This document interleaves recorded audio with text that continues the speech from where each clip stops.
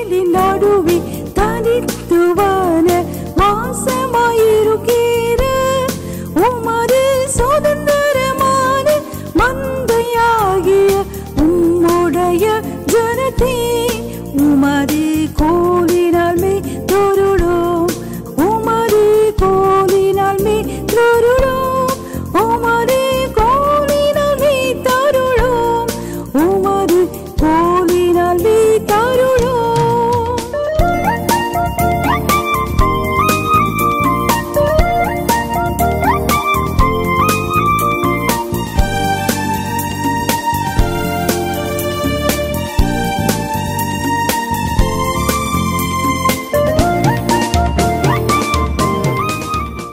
ஏசாயா 54 அதிகாரம்.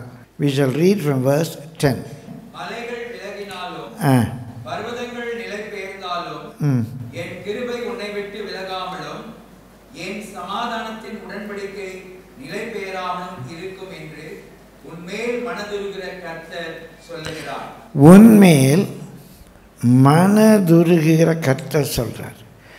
உன்னை விட்டு விலகாது, உன்னை விட்டு நிலை பெயராது, உன்மேல் மனதுருகிற கர்த்தர் அப்படின்னு சொல்லியிருக்கு.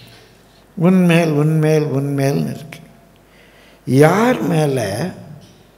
11ஆம் வசனத்தில் வாசிக்கிறோம், வாசிங்க.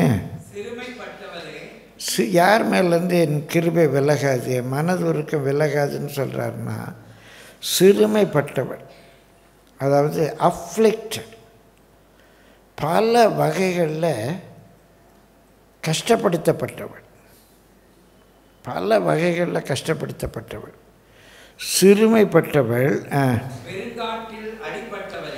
டாஸ்ட் வித் டெம்பஸ்ட், புயல் காற்றில் அலசடிப்பட்டவள். பிறந்த வீட்டில் பிரச்சனை, புகுந்த வீட்டில் பிரச்சனை, பிறந்த பிள்ளைகளால் பிரச்சனை, அலசடிப்பட்டிருக்கிறோம். கணவனால் பிரச்சனை, மனைவினால் பிரச்சனை, வேலை ஸ்தலத்தில் பிரச்சனை. இந்த வயதை சந்திப்பதற்குள்ள எவ்வளவு அலசடிப்பட்டிருக்கிறோம். சிறுமைப்பட்டவள், அஃப்ளிக்டட், பெருங்காற்றில் அடிபட்டவள், டாஸ்ட் வித் டெம்பஸ்ட், புயல் காற்றில் அலசடிப்பட்டவள். There's nobody to comfort, not comforted. நான் இந்த கம்ஃபர்ட் என்ற ஆங்கில சொல், தேர்தல் என்ற ஆங்கில தமிழ் சொல்ல நான் பலமுறை விளக்கியிருக்கிறேன். அழாதுன்னு சொல்கிறது கம்ஃபர்ட் இல்லை. ஐயோ அழாதம்மா, அழாதம்மா, ஐயோ நீ அழுதா எனக்கு ரொம்ப கஷ்டமாக இருக்குமா, நீ அழாதம்மா, அது கம்ஃபர்ட் அல்ல. தேற்றுவது என்று சொன்னால் அந்த ஆங்கில சொல் கம்ஃபர்ட். ஃபோர்ட் என்றால் கோட்டை, பலன். கம்ஃபர்ட் என்று சொன்னால் நம்மை பலப்படுத்துவது, தேற்றுவது. பிரியமானல சில மாத்திரை எழுதும்போது டாக்டர்ஸ் டி போட்டு ஒரு கோடு போட்டு எஃப் போடுவாங்க, எல்லாம் டி போட்டு எஸ் போடுவாங்க, டபுள் ஸ்ட்ராங். அதுக்கு சில எஃப்ஓஆர்டி போடுவாங்க, ஃபோர்டே அப்படின்னு, டபுள் ஸ்ட்ராங். கம்ஃபர்ட் அப்படின்னா நம்ம அப்படி ஸ்ட்ராங் ஆக்கிறது. நம்ம தமிழில் உள்ள தேர்தலுக்கு அதான் சொல்லுவோம். உடம்பு தேறிட்டா, பையன் பரீட்சையில் தேறிட்டான், அவளை தேற்றுவார் ஒருவரும் இல்லை. பழைய நிலையில் அப்படி பலப்படுத்துவார் யாருமே இல்லை. அழாதுன்னு சொல்கிறது கன்சலேஷன். நம்மை அழாமல் இருக்க பண்ணுவது தேற்றுவது. அழாத அப்படின்னு கணவன் சொன்னால் நமக்கு ஆறுதல் சொல்வது கன்சலேஷன். அழாதுன்னு சொல்கிறது ஆறுதல் சொல்வது. ஆனால் அழாதவர்களாக நம்ம இருக்க வைப்பது நம்மை தேற்றுவது, கம்ஃபர்ட் பண்ணுவது. இப்போ இவர் சிறுமைப்பட்டுள்ள, அஃப்ளிக்டட், டாஸ்ட் வித் டெம்பஸ்ட், புயல் காற்றில் அலசடிப்பட்டவள். யாரும் அவளை தேற்றுவதற்கு இல்லை. அவளை பார்த்தா கர்த்தர் சொல்கிறாரு, ஏன் அப்படிப்பட்ட நிலைக்கு வந்தால் மலைகள் விலகிட்டு. சிலரை அவள் மலை போல் நம்பி இருந்தான். நம்ம கூட பேசும்போது சிலர்கிட்ட சொல்லுவாங்கள தான், சார் மலை போல் நம்பி இருக்கிறேன், மலை போல் நம்பி இருக்கிறேன். அந்த மலை போல் நம்ம நம்பின காரியங்கள் விலகி போயிடுச்சு. பர்வதம் அது இருந்த நிலையிலேருந்து பெயர்ந்து போயிடுச்சு. என் பையனை காப்பாற்றுவான்னு நினச்சேன், இப்போ நான் என் பையனை உட்காந்து காப்பாற்றிட்டு இருக்க வேண்டியிருக்கு. தாங்க முடியல. அவன் ரொம்ப நல்லா உதவி செய்வாங்கன்னு நினச்சேன், விலகி போயிட்டாங்க.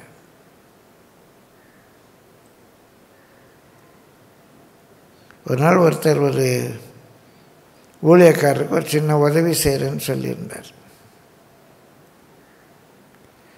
உதவினா பண உதவி அல்ல, சில பொருட்களை வாங்கிட்டு வரணும் அவங்க சிறுவர் விழாவுக்கு. இன்னொருத்தர் சொல்லியிருந்தார், நான் வாகனம் தரேன், கார் தரேன், இந்த பொருளெல்லாம் கொண்டு வர்றதுக்கு. இவரெல்லாம் ஏற்பாடு பண்ணிட்டாரு. அவருக்கு வாகனம் கேட்க சின்ன காரியம்தான். இப்போ இன்றைய மாதிரி அன்றைக்கு ஆட்டோ அந்த வசதியெல்லாம் ரொம்ப கிடையாது நேரம். இப்போ போர்ட்டர் வந்துச்சு, லிங்க் வந்துச்சு, எல்லாம் ஆன்லைன்லேயே முடிச்சிடலாம். அந்த காலம் அது. அப்போ அவர் கடைசி நேரத்தில் போக வேண்டிய நேரத்தில் அவர் சொல்ல, இல்லை சாரி எனக்கு கொடுக்க முடியாது அப்படின்னார். என்ன பதில் எல்லாம் ப்ராமிஸ் பண்ணிட்டு இப்படி திடீர்னு கைவிட்டீங்களே.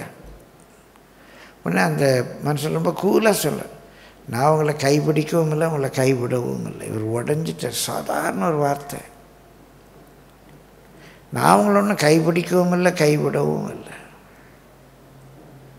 ஆம்பரியமானவர்கள் கை விட்டுருவாங்க, கை விரிச்சிருவாங்க.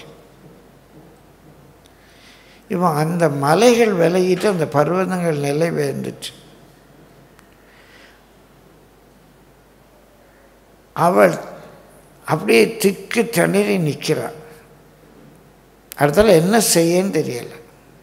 இப்போ அவளை பார்த்து ஆண்டவர் சொல்கிறாரு, மலைகள் விலகினாலும் பர்வதங்கள் நிலை பெயர்ந்தாலும் என் கிருபை உன்னை விட்டு விலகாமலும் நான் உன்னோடு செய்திருக்கிற சமாதானத்தின் உடன்படிக்கை உன்னை விட்டு நிலைவேறாமலும் இருக்கும் என்று உன்மேல் மன உருகுகிற கர்த்தர் சொல்லுகிறார்.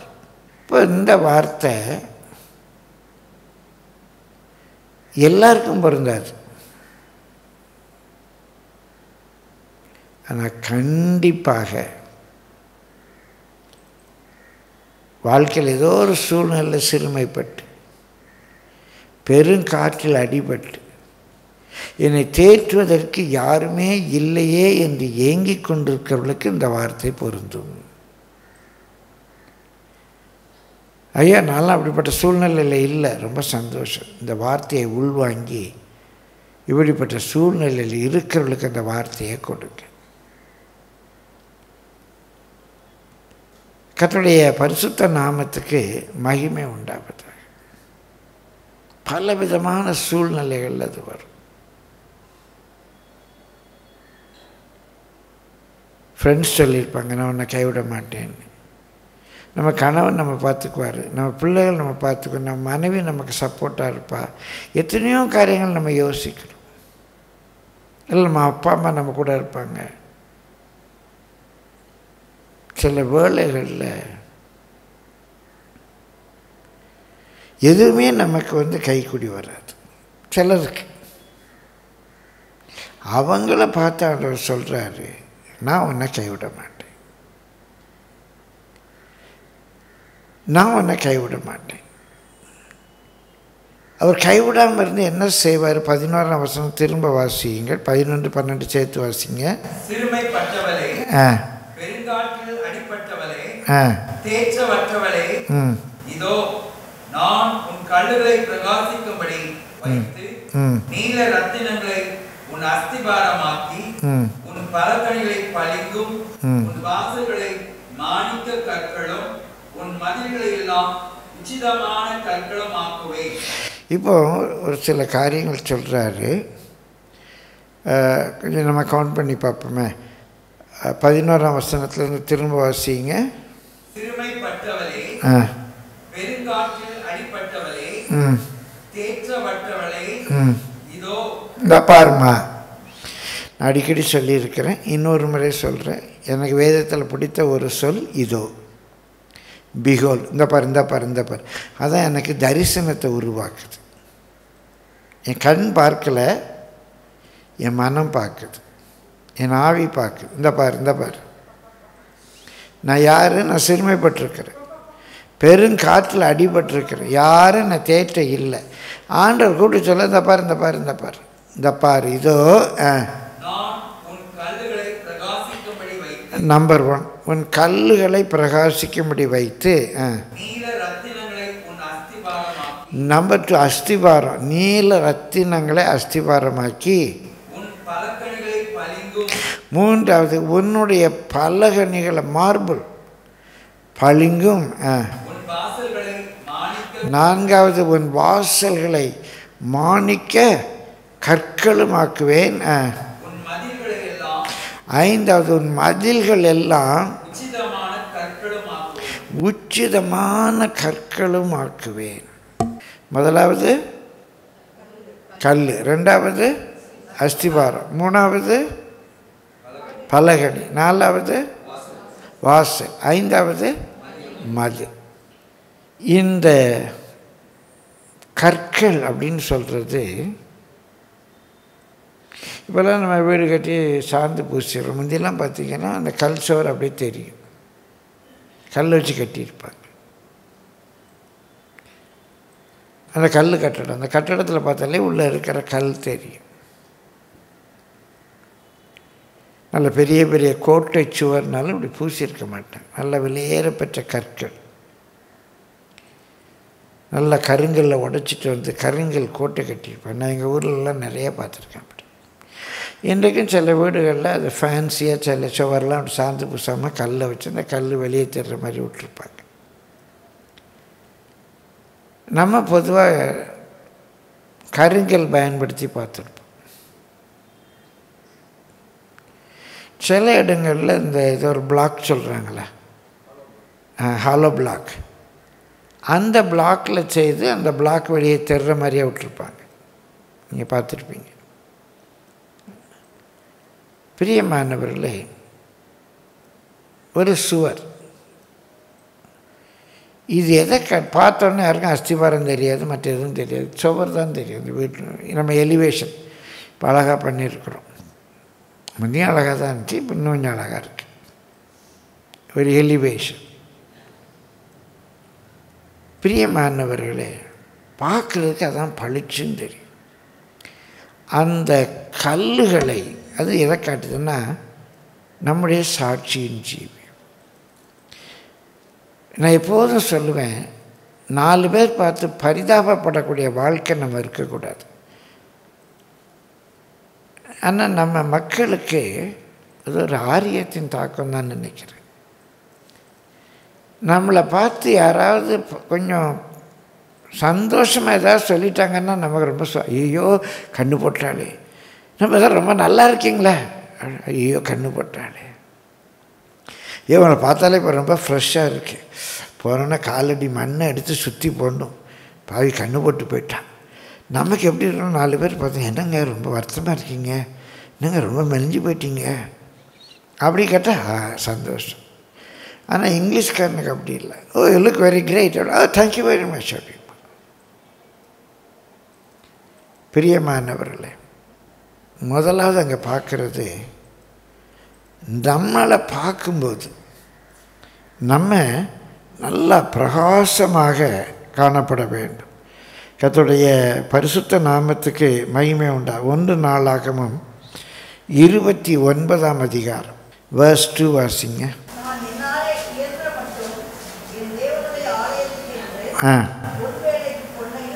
பொன்வேலைக்கு பொன்னையும்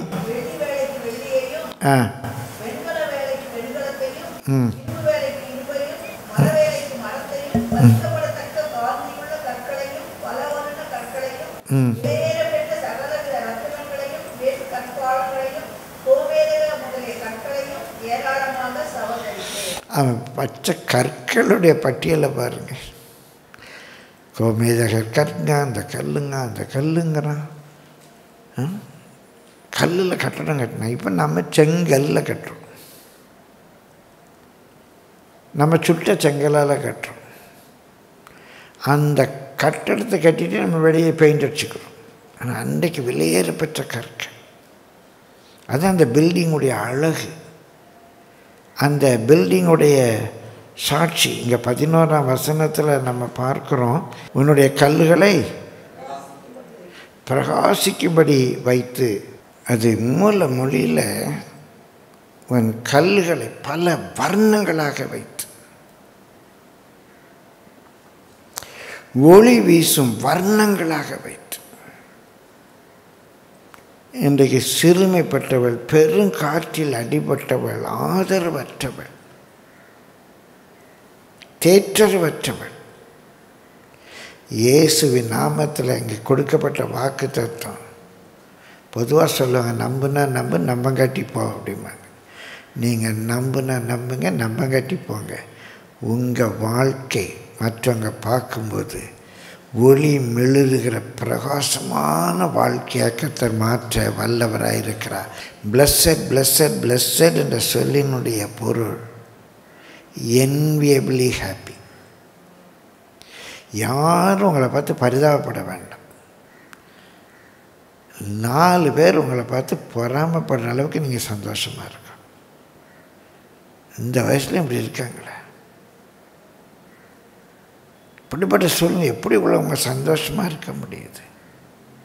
அவள் கர்த்தர் கொடுக்கிற அந்த சிறுமைப்பட்டவள், பெருங்காற்றில் அடிபட்டவள், தேற்றரவற்றவள். அவளுக்கு கர்த்தர் கொடுக்கிற அவர் முதல் வாக்குத்தத்தம், அவருங்க மேலே இரக்கம் வைப்பாரானால், மனம் உருகுவாரானால், உங்களை பார்க்கும்போது கிராண்டாக இருப்பீங்க. பிரகாசமுள்ள கற்கள். அது மூல மொழியில் பார்த்தேன், precious stones with colors. Precious stones with colors. அந்த கலர் அப்படியே தூக்கி கொடுக்கும். அதான் ஆண்டவர் செய்வேங்கிறார். ஏதோ ஒரு பில்டிங், ஒரு சிட்டி எடுத்துக்கோங்க. அந்த பில்டிங்குடைய அழகு, அதே போல் நம்முடைய வாழ்க்கை. உங்களுடைய தனிப்பட்ட வாழ்க்கைக்கு மாத்திரமில்லை, அது உங்களுடைய குடும்பத்துக்கு அப்ளை பண்ண சொல்கிறேன். உண்மையாக நேற்று எப்போதுமே கர்த்தர் கொடுக்குற வார்த்தை தான், ஆனாலும் ஆவியில் தெளிவாக உணர்ந்த இந்த நெருக்கத்தில் கொண்டு வந்து இந்த வார்த்தைகளை நேற்று உட்காந்து பிறகு காலையிலையும் உட்காந்து ஆயத்தப்படுத்தி இப்போ கொண்டு வந்திருக்கேன். உங்களுக்கு நல்ல ஒரு பிரகாசமான சாட்சி உள்ள வாழ்க்கையை கர்த்தர் உண்டாக்குவார். முதலாவது நம்ம என்ன பார்த்தோம்? கல், அதாவது வால், காம்பவுண்ட் வால், சுவர்னு வச்சுக்கோங்க. ரெண்டாவது அஸ்திவாரம், ஃபவுண்டேஷன், பேஸ். நம்ம யாருக்கும் வெளியே தெரியாது, ஒரு மரத்தினுடைய வேறு வெளியே தெரியாது, இந்த பில்டிங்குடைய ஃபவுண்டேஷன் வெளியே தெரியாது. அந்த அஸ்திபாரங்களை பற்றி என்ன சொல்லியிருக்கு வாசிங்க. உன் அஸ்திபாரங்கள் நீல ரத்தினம். உன்னுடைய அஸ்திபாரங்களை சஃபயர்ஸ், நல்ல ஸ்ட்ராங்கான ஒரு கல் அது, சஃபயர். யாருக்குமே தெரியாதுங்க, அடியில் தான் அங்கே அஸ்திபாரம் இருக்குது. அது ஏதோ ஒன்று சாதாரணமாக போட்டுக்கலாம்ல, இல்லை உடல் அவர். அந்த பேஸ். அப்போ நமக்கு ஸ்ட்ராங்காக நம்ம இருக்க பண்ணுற பேஸ் என்ன தெரியுமா? இயேசு மூலைக்கல், அப்போஸ்தலர், தீர்க்கதரிசிகள் என்பவருடைய அஸ்திபாரம், பைபிள் வசனம். பைபிள் வசனம். எப்படிங்க உங்களால் இதெல்லாம் சமாளிக்க முடியுது? அந்த வசனம் அடியில் இருக்கு. எதன் மேலே நான் கட்டப்பட்டிருக்கிறேன்? வசன வெளிச்சத்தின் மேலே.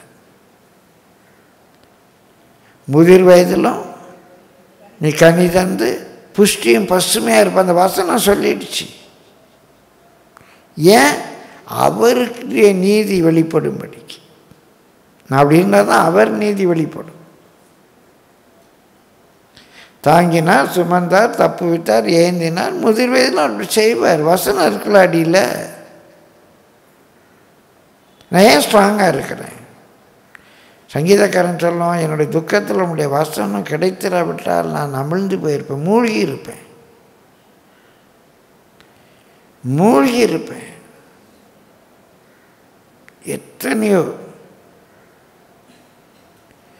எத்தனையோ நெருக்கமான சூழ்நிலைகள் கர்த்தர் கைவிடலை.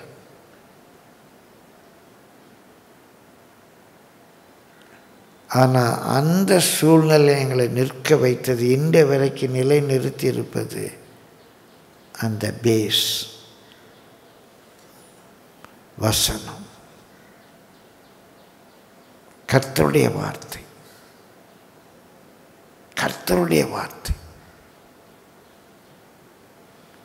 அப்போ உங்கள் பேஸ் ஸ்ட்ராங்காக இருக்கணும்.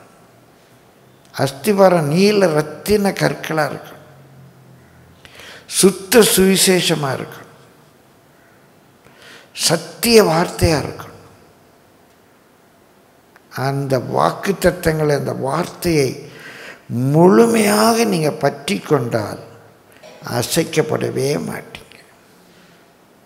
நீங்கள் அசைக்கப்படவே மாட்டீங்க. கர்த்தருடைய பரிசுத்த நாமத்துக்கு மகிமை உண்டாவது. ரெண்டாவது நம்ம அஸ்திவாரம் பார்த்துட்டோம். அது வசனம் ஸ்ட்ராங்காக இருக்கும். நம்முடைய சாட்சியின் ஜீவியம் பார்க்கும்போது கர்த்தர் பிரகாசமாக வச்சுருவார்னு பார்த்தோம். மூன்றாவது என்ன? பலகணி. பலகணின்னா என்னதுங்க? பலகணி அப்படின்னு சொன்னால் விண்டோஸ். இந்த பலகணி அப்படிங்கிறது இந்த தமிழ் சொல்லினுடைய பொருள் பல கண் ஈ. பல கண் ஈ, பல கண்கள். இதுதான் இந்த பலகணி வழியாக முன்னெல்லாம் பார்த்திங்கன்னா வட்டம் வட்டமாக இருக்கும், இப்படி ஸ்கொயராக இருக்காது. பலகணிங்கிறது ஒவ்வொரு வீட்லையும் வட்டமாக இருக்கும். பழைய காலத்தில் நீங்கள் படங்களில் பார்த்துருப்பீங்க. இப்போ இந்த பலகணி வழியாக நம்ம வெளியே பார்க்கலாம், வெளியே இருக்கவங்க உள்ளே பார்க்கலாம். ஆனால் அந்த வட்டமாக இருக்கிற பலகணி இருக்கு இல்லையா, அது வெளியே இருந்து பார்த்தா உள்ளே ஒன்றுமே தெரியாது. உள்ளே இருந்து வெளியே பார்க்கலாம். ஆனால் அந்த பலகணி வழியாக நமக்கு வர வேண்டிய காற்று, நமக்கு வர வேண்டிய வெளிச்சம், இதெல்லாம் வரும். நிறைய மேலே கூட சீலிங்லேயும் அப்படி ரவுண்டாக விட்டுருப்பாங்க, உள்ள வெயில் வர்றதுக்காக. இன்றைக்கும் சில வீட்டுங்கள்லாம் அந்த முற்றத்தில் அதை பார்க்கலாம், வெயில் உள்ளே வரணும் அப்படின்னு. ஜன்னல்கள், இது வழியாக தான் வெயில் வருது, ஒளி வருது. பிரியமானவர்களே, ஆண்டவர் கூட சொல்கிறாரு, வானத்தின் பலகணிகளை திறந்து இடங்கொள்ளாமல் போக மட்டும் உன்னை ஆசீர்வதிப்பேங்கிறார். வானத்தின் பலகணிகளை திறந்து இடங்கொள்ளாமல் போக மட்டும் உன்னை ஆசீர்வதிப்பேன். இங்கே சொல்லப்பட்ட இந்த பலகணி என்ற எபிரேய சொல்லினுடைய பொருள் சூரியன், இல்லைன்னா சூரிய வெளிச்சம் உள்ளே வருவதற்காக உள்ள ஒரு இடம். அது பேரே சூரியன், சன். சன், இந்த சூரிய வெளிச்சம் உள்ளே வர்றதுக்காக விட்டுருக்க இடத்த கூட சன். அந்த சூரிய வெளிச்சம் உள்ளே வர்றதுக்கு இவன் ஆண்டவர் நம்ம ஆசீர்வதிக்க விரும்புகிறார். இந்த பலகணி வழியாகத்தான் அவருடைய ஆசீர்வாதம் உள்ள வருது. அந்த சன்லைட் உள்ள வருது. ஆனால் உலகத்தார் வெளியே இருந்து உள்ளே பார்க்க முடியாது. அந்த பலகணி துவாரத்தின் வழியாக உலகத்தார் உள்ளே இருந்து வெளியே பார்க்க முடியாது, வெளியே இருந்து உள்ளே பார்க்க முடியாது. பார்த்தா ஒன்றும் சரியாக தெரியாது. அதான் அந்த கான்செப்ட். உள்ளேருந்து வெளியே பார்க்கலாம், வெளியேருந்து உள்ளே பார்க்க முடியாது. பிரியமானவர்களே, இந்த பலகணி எதை காட்டுது என்று சொன்னால், நமக்கு கர்த்தருடைய ஆசீர்வாதம் வருகிறபடி வானத்தின் பலகணிகளை திறந்து இடங்கொள்ளாமல் போக மட்டும் கர்த்தர் நம்மை ஆசீர்வதிப்பார். அது ஒரு பரிசுத்தம் என்ன சொல்கிறாருன்னா, எருசலேமின் வாழ்வை காண்பார். நம்ம எருசலேமை பார்க்க முடியுது, எருசலேமின் வாழ்வை பார்க்க முடியுது. ஆண்டுடைய ஆசீர்வாதம் வானத்தின் பலகணிகளை திறந்து உள்ள வருது. அது எதை காட்டுது? கர்த்தர் நம்ம கொடுக்குற சபை அப்படின்னு சொல்லியிருக்கேன். ஒரு பரிசுத்தம் சொல்கிறார். அந்த சபையின் மூலமாகத்தான் உங்களுக்கு கர்த்தருடைய வசனமாக இருக்கட்டும், ஆசீர்வாதமாக இருக்கட்டும், தன்னுடைய ஆலயத்தின் நன்மையினாலே திருப்தியாக்குவார். பிரியமானவர்களே, நம்ம ரட்சிப்புக்கு 5 காரியங்கள் முக்கியம்னு சொல்லுவாங்க. 5 காரியங்கள் நம்ம ரட்சிப்புக்கு முக்கியம். 1 வசனம், விசுவாசம். விசுவாசம் இல்லாமல் எதுவுமே முடியாது. விசுவாசத்தினால தான் ரட்சிக்கப்படுறோம். நம்ம விசுவாசத்தினால தான் ரட்சிக்கப்படுறோம். அந்த விசுவாசம். 2வது, நான் விசுவாசிக்கிறேன், இயேசு என்ன பாவத்தை மன்னிப்பார், நான் விசுவாசிக்கிறேன். ஆனால் அந்த பாவ மன்னிப்பு எனக்கு உண்டாவதற்கு அவர் சிலுவையில் சிந்தின இரத்தம், அந்த சிலுவை பாடுகள். நான் என்னதான் விசுவாசித்தாலும் அவர் எனக்காக மரித்திராவிட்டால் என் விசுவாசம் பிரயோஜனமாக இருக்காது. நான் எதை விசுவாசிக்கிறதுக்கு ஒன்று வேணல, எதை விசுவாசிக்கிறேன்? தேவன் உண்டு, அந்த தேவன் எனக்கு அவருடைய மரணத்தினால பாவ மன்னிப்பை கொடுத்துருக்காருன்னு விசுவாசிக்கிறேன். 2வது நமக்கு அந்த இரத்தம். 3வது அவருடைய ஆவி. விசுவாசம், அவருடைய இரத்தம், 3வது பரிசுத்த ஆவி. பரிசுத்த ஆவி, அந்த அபிஷேகம். 4வது நம்முடைய ரட்சிப்பு நிறைவேறுவதற்கு நமக்கு ரொம்ப தேவை. 4வது வசனம், அப்போஸ்தல உபதேசம். அப்போஸ்தல உபதேசம்,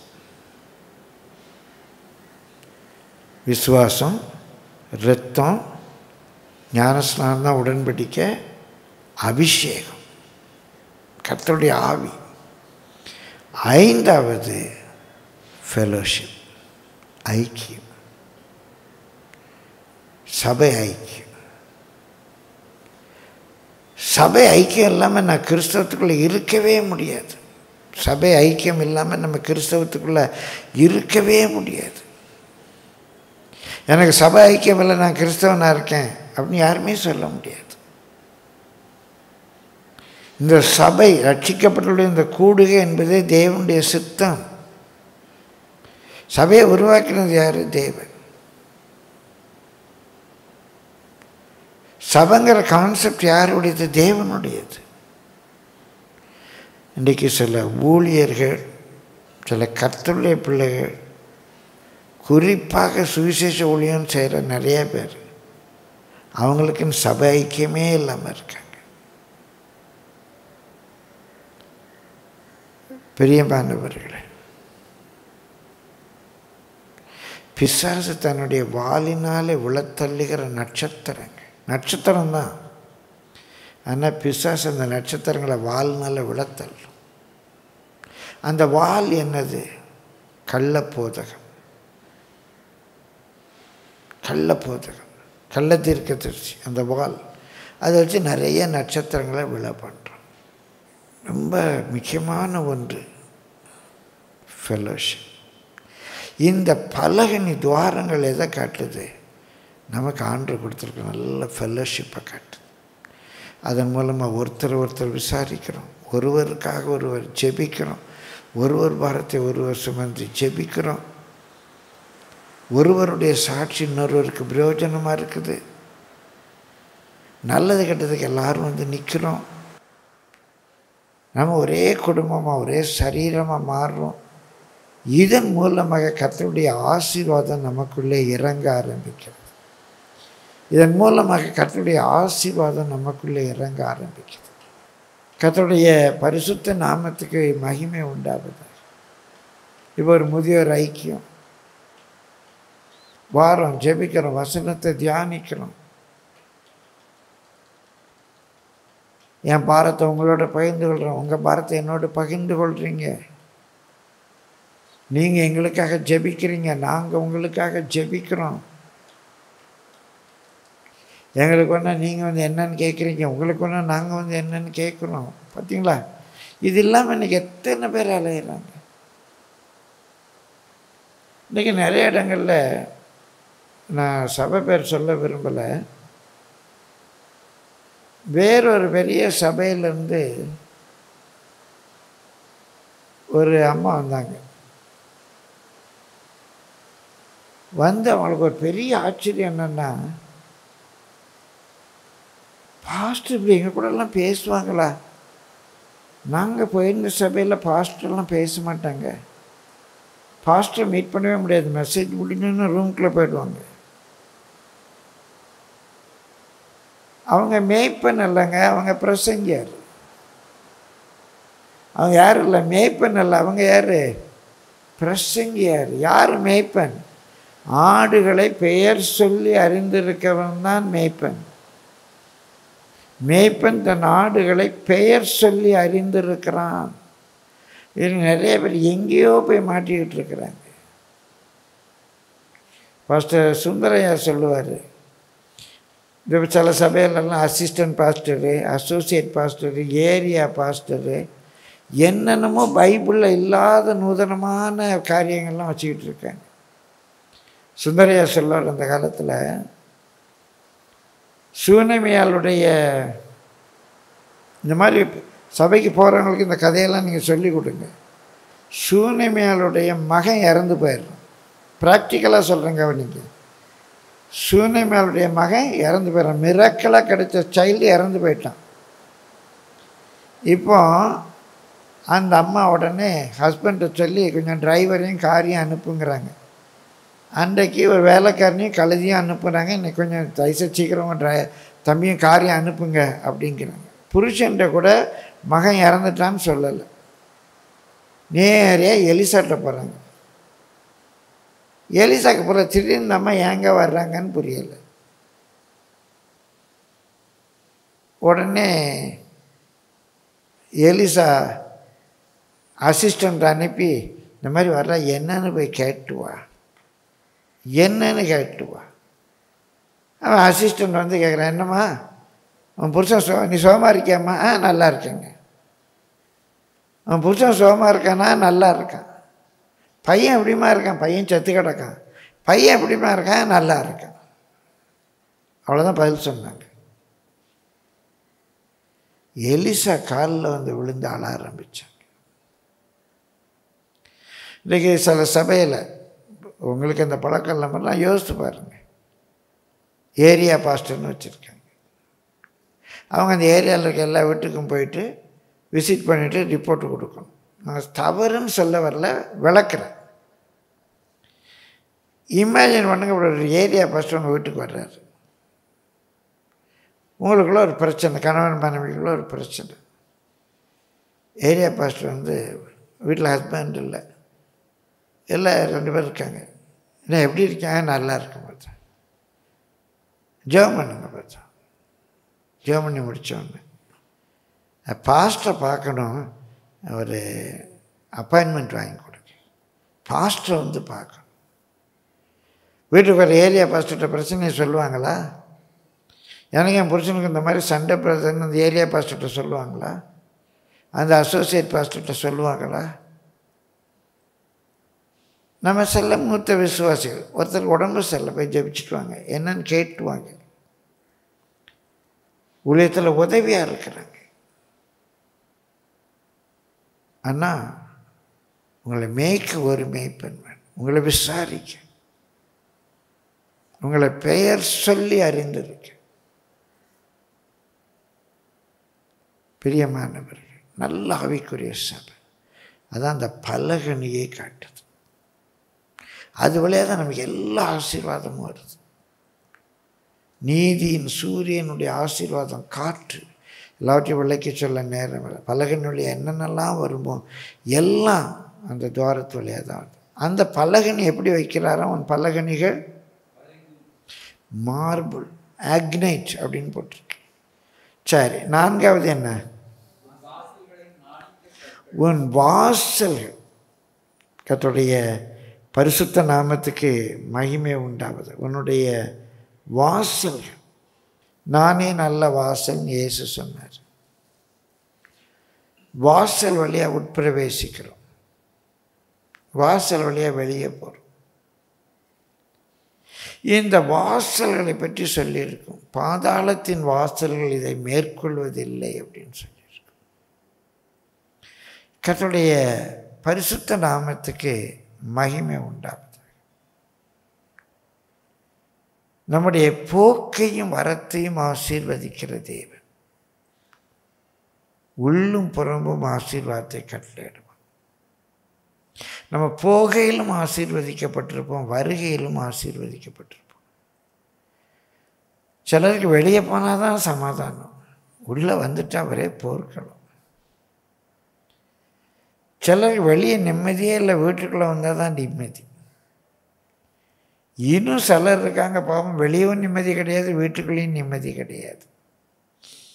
ஆனால் ஆண்டவனுடைய வாசல்கள் எப்படி வைக்கிறாரா? அவன் வாசல்களை மாணிக்க கற்களுமாக. வெளியே போகும்போதே சந்தோஷமாக போகலாம்,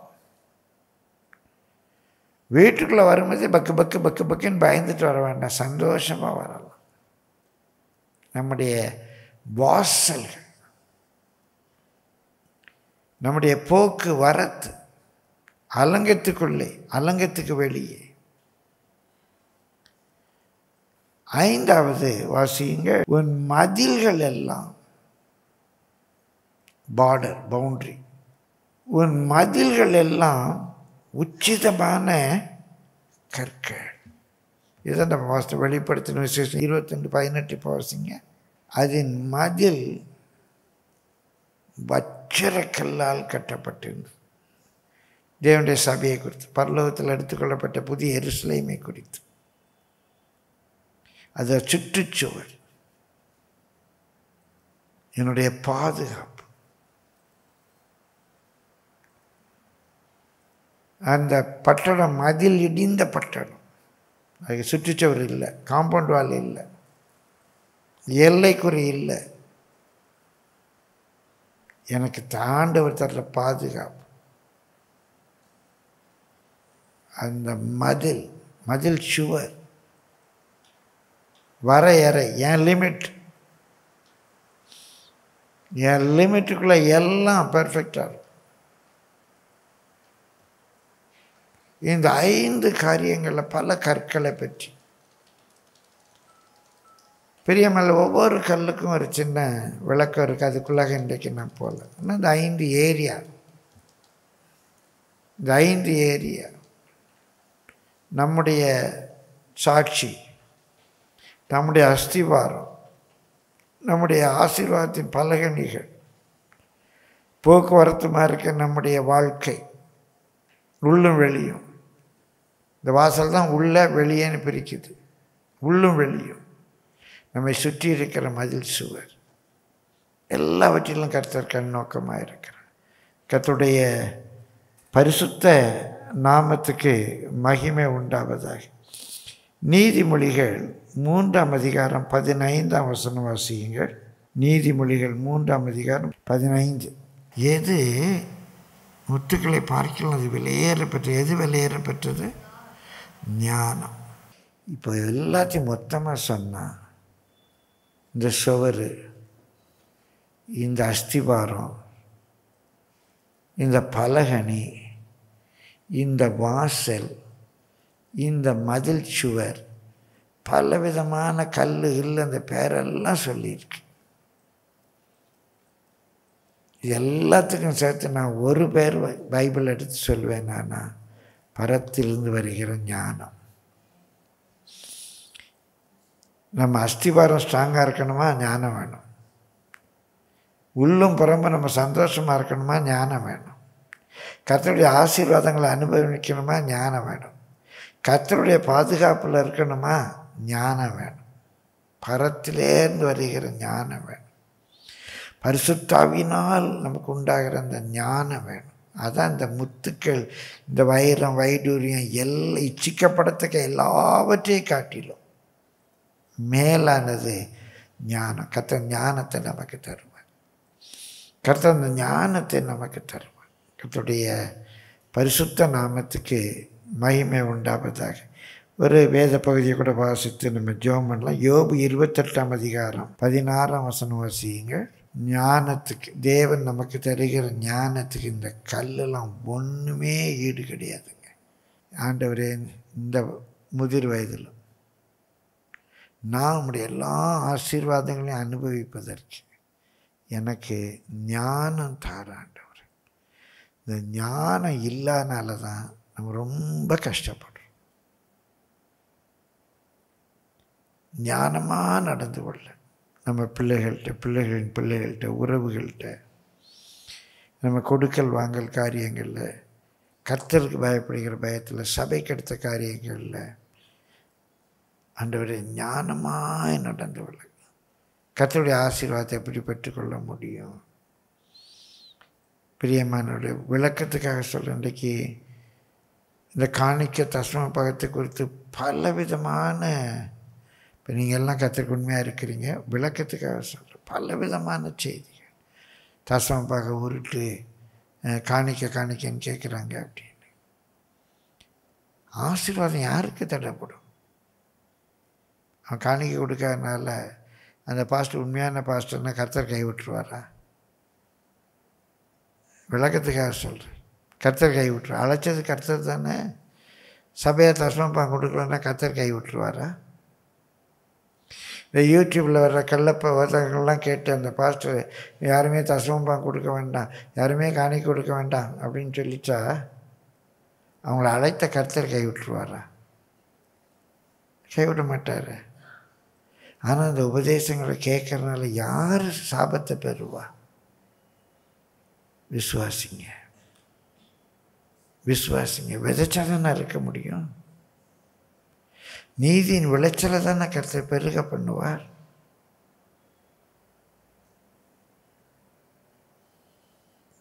இப்போ தசம பாகங்கிறது உருட்டா? தேவ நாம மகிமைக்காக சொல்கிறேன். இன்றைய வரைக்கும் நாங்கள் ஆமாம் கிடைக்கிற 100 ரூபா 500 ரூபாயில் கூட அவங்க தசம பாகம் எடுக்கிறாங்க. எதுக்காக? அப்படி பழகிட்டோம். நான் எதை விதைக்கிறேனோ அதை தான் கர்த்தர் ஆசீர்வதிக்க முடியும். அவர் நீதியின் விளைச்சலை தானே வர்த்திக்க பண்ணுவார். அப்போ என்ன வருது? ஞானம் வருது, ஞானம் வருது. எல்லா மதங்கள்லையும் எல்லாருக்குமே இது இருக்குது. காணிக்கை நிறைய கொண்டு கொடுக்குறாங்க. நான் என்ன கொடுக்குறாங்க? இதை பேச தடவை பார்த்து இருக்கிறதுல ஒரு சின்ன 20 ரூபா தாளத்துக்கு போட்டு போகிறேன்னா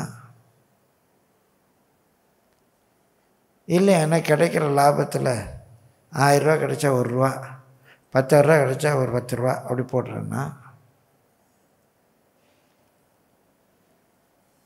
இல்லை ஏதோ எனக்கு கிடைக்கிறதுல இந்த பரிசெயர் சதுசெயர்லாம் 10ல் 1 கொடுத்தாங்க, அந்த மாதிரி நான் 10ல் 1 கொடுக்குறேன்னா, இல்லை என் மனசில் அந்த பரிசெயர் சதுசெயருடைய நீதியை காட்டில் என் நீதி அதிகமாக இருக்கணும் அப்படின்னு சொல்லி நான் அதிகமாக கொடுக்குறேன்னா, எனக்கு கிடைக்கிறதுல 10ல் 1 நான் எடுத்துக்கிட்டு 10ல் 9 ஆண்டவர்கிட்ட கொடுத்துட்றேன்னா, இதை ஒன்று செய்கிறோமில்ல. ஞானம். இது நீங்கள் எல்லாருமே கர்த்தருக்கு உண்மையாக இருக்கீங்க, உங்களுக்கு விளக்கத்துக்காக சொல்கிறேன். ஞானம் வேணும். கர்த்தருடைய காரியங்கள் நம்ம ஆசீர்வதிக்கப்பட ஞானம் வேணும். வசனத்தை அப்ளை பண்ணணும். பரத்திலேருந்து வருகிற ஞானம். நம்முடைய பிள்ளைகளோடு கூட பேச, பேர பிள்ளைகளோடு பேச, அக்கம் பக்கத்திலோடு இடைப்பட. ஒரே ஒரு குறிப்புக்காக நம்ம ஜெபிக்க போகிறோம். மலைகள் விலகினாலும் பர்வதங்கள் நிலை பெயராமலும் அவருடைய சமாதானத்தின் உடன்படிக்கை, அவருடைய கிருபை இரக்கம் என்னோடு கூட இருக்கு என்று கர்த்தர் வாக்கு கொடுத்திருக்கிறார். சிறுமைப்பட்டவள், பெருங்காற்றில் அடிபட்டவள், ஆதரவற்றவள், அவளை இவ்வளவு பிரகாசமாக அவர் மாற்றுவேன் என்று சொல்லியிருக்கிறார், மாற்ற தீர்மானித்திருக்கிறார். ஆனால் நாம் அப்படி மாறுவதற்கு ஒன்றே ஒன்று நமக்கு தேவை, ஞானம் தேவை. பரிசுத்த ஆவியினால் அந்த ஞானம் நமக்கு கொடுக்கப்படுது. பரிசுத்த ஆவியானவர் அறிவையும் ஞானத்தையும் அருளுகிறவர். நம்ம எல்லாரும் இருக்கிறவங்களுமே நின்று ஜெபிப்போம்.